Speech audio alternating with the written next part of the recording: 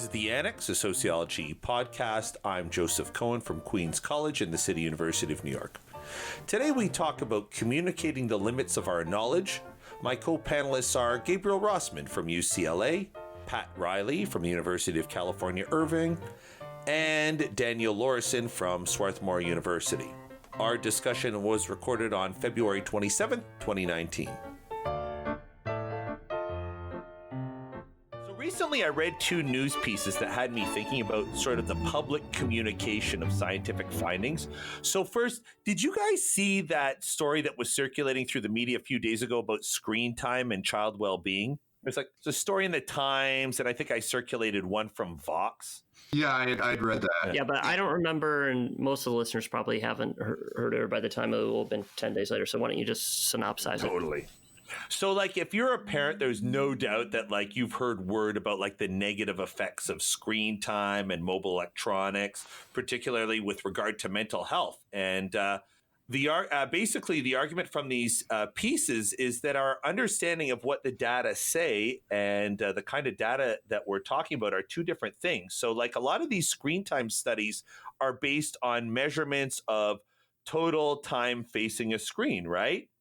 And that they don't know if the kids are watching pornography or shooting at each other or doing research on Wikipedia, or FaceTiming with their friends on summer camp.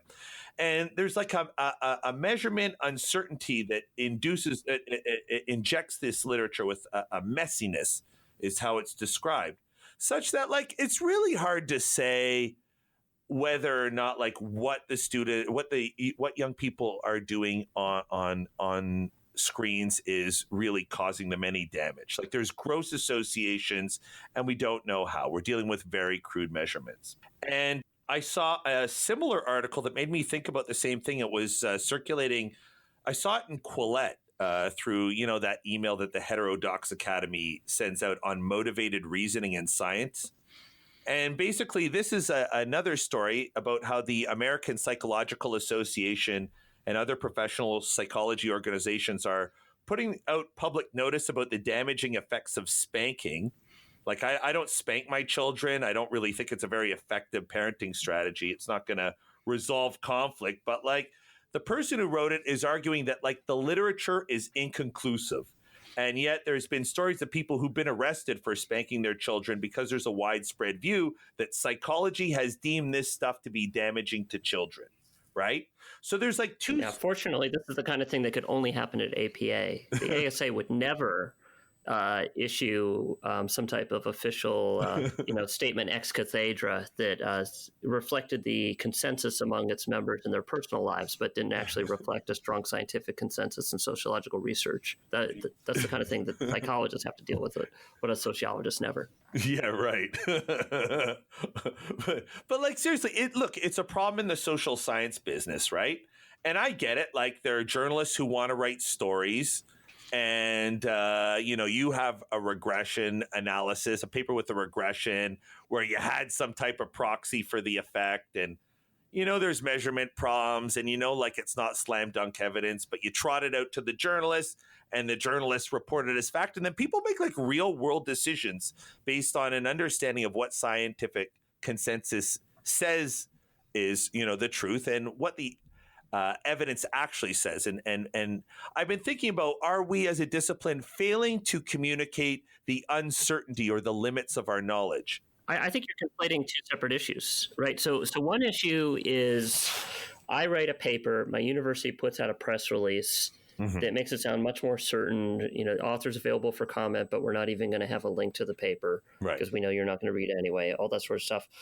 That's one way that you have kind of the public diffusion of scientific knowledge. There's another way where the journalist has a story they want to write, but they know that they can't just say, here's an idea I pulled out of my ass. They need someone with an official sounding title, according to Professor Joseph N. Cohen of Community College of University. What is it? Whatever. University of New York College. It's like that Garth Marenghi Dark Place joke where the person was going for the job interview and she was like, "Yeah, I'm fully educated. I went to Harvard College, Yale." Yeah. Anyway, so the second one is that the journalist has an idea and they write quote TK in the middle, and then they call a publicist and say, "Do you have any professors who are willing to give me a quote that reflect my own ideas back to me?" And then this third is like the APA statement and many very similar ASA statements. The most infamous of which is the Iraq War statement. Can you remind us what that was? Yeah, so back in times of yore, when all three of us were in grad school, and I believe Daniel hadn't started grad school, even though he's our age. Yeah, so like, 'twas the aughts, children. Yeah, that's right. Gather round, and I'll tell you about the Bush-Cheney administration. So, there was the lead up to the Iraq War, and this was a very unpopular. I don't know what you want to call it, a bit of adventurism among sociologists, and so there was a petition from the membership to have an official ASA statement opposing the Iraq War. Mm-hmm. And the council at the time actually opposed it, not because they favored the war, but because they figured it was none of the ASA's business, and we didn't have, any distinctive scientific expertise, and we should really stay out of it. And if individual people want to, say things that reflect either their personal opinions or their expertise, that's great. But the ASA is a disciplinary body, is a professional society, not an all-purpose pundit. And so they tried to sabotage it by adding a third. They couldn't refuse to put it on the ballot because the bylaws said that if you get a certain number of signatures, you can put anything on the ballot. But they added a third option, basically saying, well, I don't like the war, but I think the ASA should stay out of it. Mm-hmm. But notwithstanding, them, allowing you to say that you personally dislike the war, but, you wanted to have certain boundaries to the scope of the ASA. Mm-hmm. The hard version of the motion of, I oppose the war and I want the ASA to officially oppose it, passed with a majority of the membership. Mm-hmm. And then after that, you saw a long string of every few months, ASA Council would issue a statement just as ASA Council, right? So they initially opposed it, and then very shortly after that, ASA Council just started saying like, oh, there's a Supreme Court case, let's file an amicus curiae, or oh, here's something in the news, let's do it. And they became almost like a YouTube commenter. So, but what these things have in common is that in the vast majority of the cases, they don't reflect areas where we have a strong scientific consensus. They reflect areas where the overwhelming majority of sociologists feel a particular way in their personal lives. And, a lot of them were basically like, should NPR member stations continue to give out tote bags when you donate to the pledge drive, right? Which is something that, most sociologists have personal experience with and, enjoy their tote bags, but it has nothing to do with being a sociologist per se, And, even if there is some literature on, gift premiums for nonprofit fundraising or externalities to public broadcasting, it's not like, that's like a major area of inquiry. And so in many cases, even if it was, the literature would be mixed. But, when push comes to shove of normative commitments of a supermajority of sociologists versus, how strong of a scientific consensus and or expertise do we have, it would typically go with the latter. And the Iraq War resolution was a great example of that. The vast majority of sociologists have no special expertise in foreign policy or international relations. I certainly don't. I mean, in that sense, the spanking thing from the APA is a little bit, at least as I read the article about it, is a little bit of a more defensible position. Presumably, most members of the APA have some expertise that relates to spanking, even if they don't have the research consensus in what's published in the research, which doesn't mean I think that professional organizations ought to make statements on all political issues, but there's a little more grounds for that than for some of the things you're talking about. I mean, one of the things that it's kind of a more general sort of thing that I noticed with the kind of presentation of scientific research in journalistic articles. I mean, it's one of those things where because of the limited space and because you can kind of take, going to some of the points that Gabe was talking about, I mean, you could take, when you are presenting this within a journalistic article, right, there isn't a space for nuance or there isn't a space for under these conditions. I mean, usually the presentation is some degree of certainty. One of the things that's kind of interesting with the spanking, statement that was made that you forwarded to us. I mean, this was written by a guy a psychologist who studied violent video games, right? That was kind of one of his big studies is the effects of violent video games.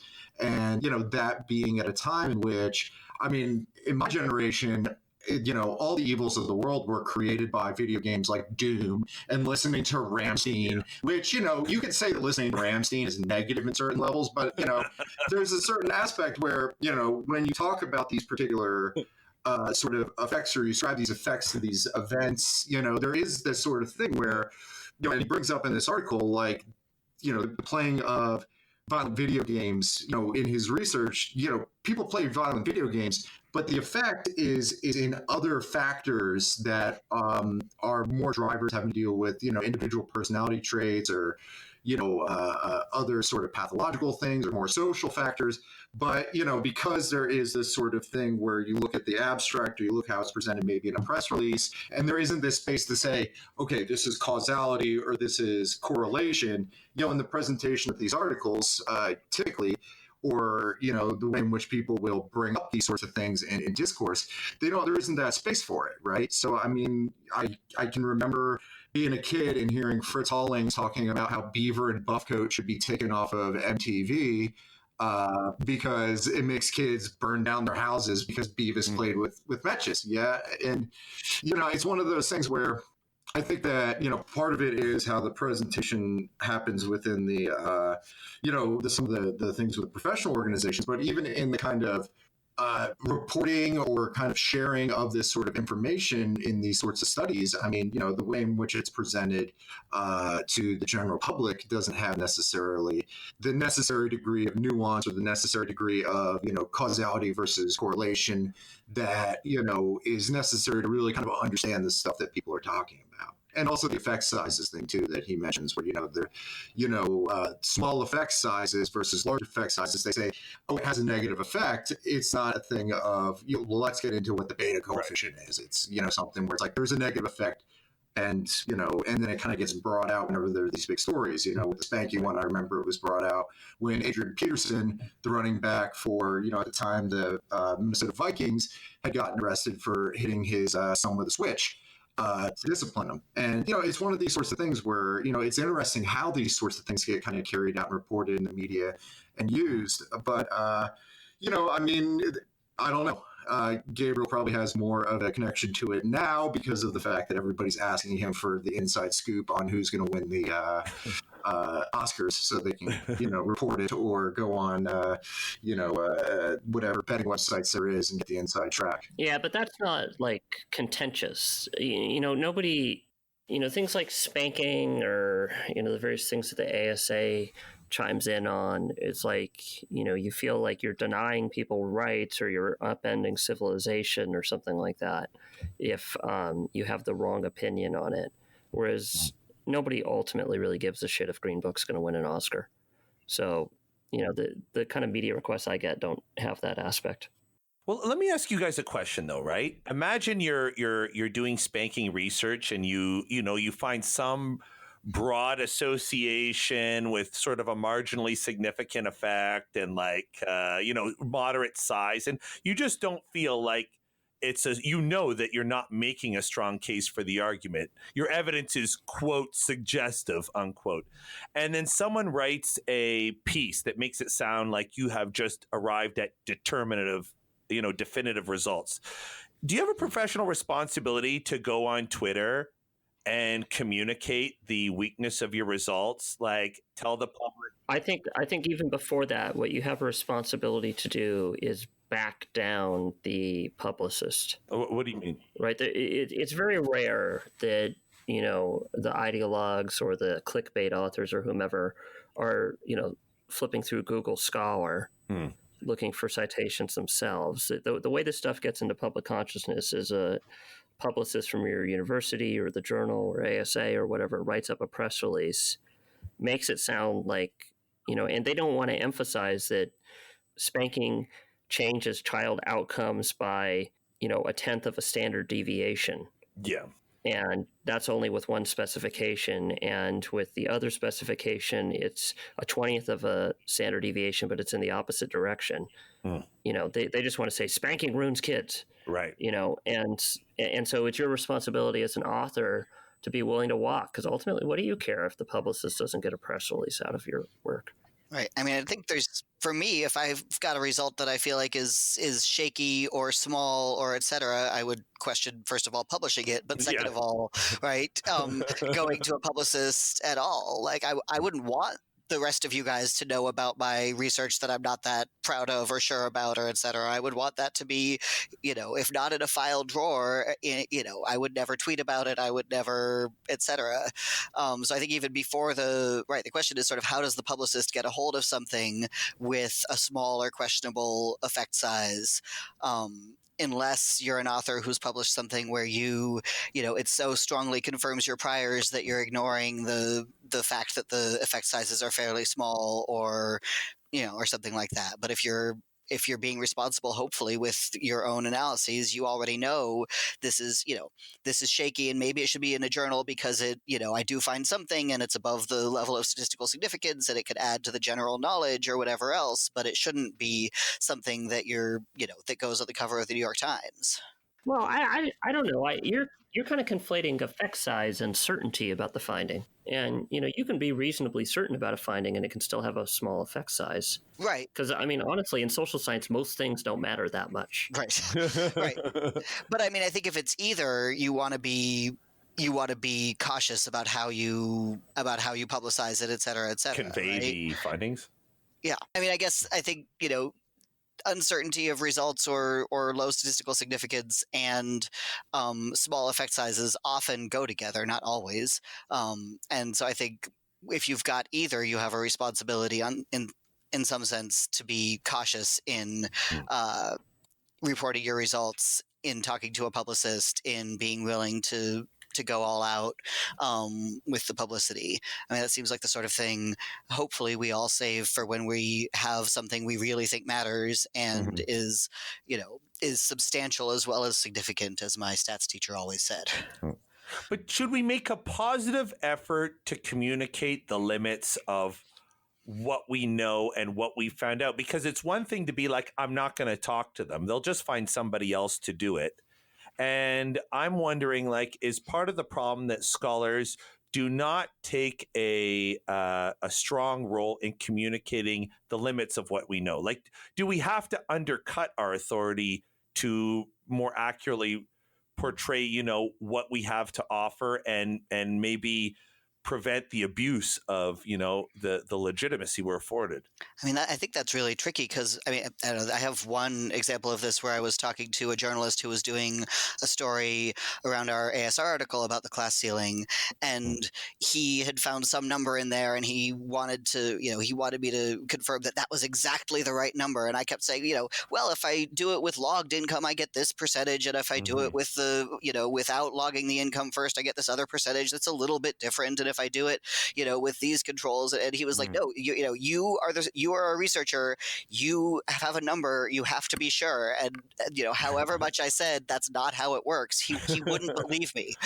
He just would not believe me that I couldn't pick a single percentage or a single number and say this is absolutely, definitely, exactly, precisely. It's 16.2%. It's not 16.8. That's not how. Even when you've got actual things that come in numbers like money, like we had, that's not how research works. Well, it's funny because as an ethnographer, I just get people being like, tell me some stories, so that's kind of... But it's funny. Yeah. They really want you to be like, I guarantee you your child will make $21,000 more a year if you sign them up for private school. Right. I don't know your kid. I don't know what career they're going to be or what the school's about, but 21 grand extra for lifetime sounds like a good percentage measure. Right. All right. Anything else or move on? Well, on that kind of thing, I remember there was one version of the ASA style guide where it's like, avoid saying terms like order of magnitude, say about 10. And I'm thinking, okay, what fucking humanities major wrote this? Because the nice thing about order of magnitude is it conveys the error bars, right? Right. Order of magnitude doesn't mean 10; it means about 10. And even if you say about 10, it doesn't convey that uncertainty in the same way that order of magnitude does. And that kind of thing's important to convey that, it's something like that, but we'll never know for sure exactly what it is. It's so hard, though. I know in my own field, personal finance, there's a pretty well-developed body of research that shows that most people lack the basic math skills to do very basic personal financial calculations about their, so like even the concept of variation, I wonder if like a third of society can even grasp it. You know what I mean? Grasp the concept. I mean, I think there's got to be I think there's got to be a way people could generally understand if the journalists were willing to put it out there. Mm-hmm. We think that on average, the working class people earn about 16% less a year. Like that would be a sentence you could write, right? But the journalists don't want to write that sentence, right? They want to say there is an effect that is this size. So I don't think some of it is, people don't get confidence intervals or people don't get what variance is or that sort of thing. Like that seems fine. But just the fact that we're uncertain, I think, is sometimes, something that the press people definitely, the publicists definitely don't want to emphasize the uncertainty, and the journalists, in my experience, often don't either. Yeah. Well, emphasizing the uncertainty, emphasizing the small effect size, it makes it less newsworthy. Yeah. Right.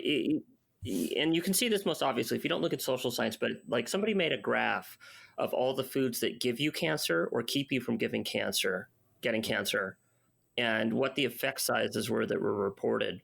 Mm-hmm. And, you could have the same food and it would make you 5 times more likely to get cancer or 1/5 as likely to get cancer if you drink coffee or say. Yeah. And it's like, there's no way that the same, first of all, I don't believe any of these, no matter how many antioxidants are in dark chocolate, I don't think it's going to, have more than a small effect on your odds of getting cancer. That's just wishful thinking. Yeah, and also a lot of these things, it turns out that anything that's correlated with an upper middle class lifestyle. Right. I'm convinced that's the reason that I don't think it has anything to do with antioxidants or tannins or whatever. I'm convinced that red wine, in moderation is good for you because upper middle class people drink red wine in moderation. They might as well put the interaction term in there that says red wine is good for you only if you have an NPR sticker on your Volvo. To be frank, I listened to Marilyn Manson for a short time in middle school, and it didn't make me shoot up my school. It just made me really, really cool. Yeah. So it's really cool.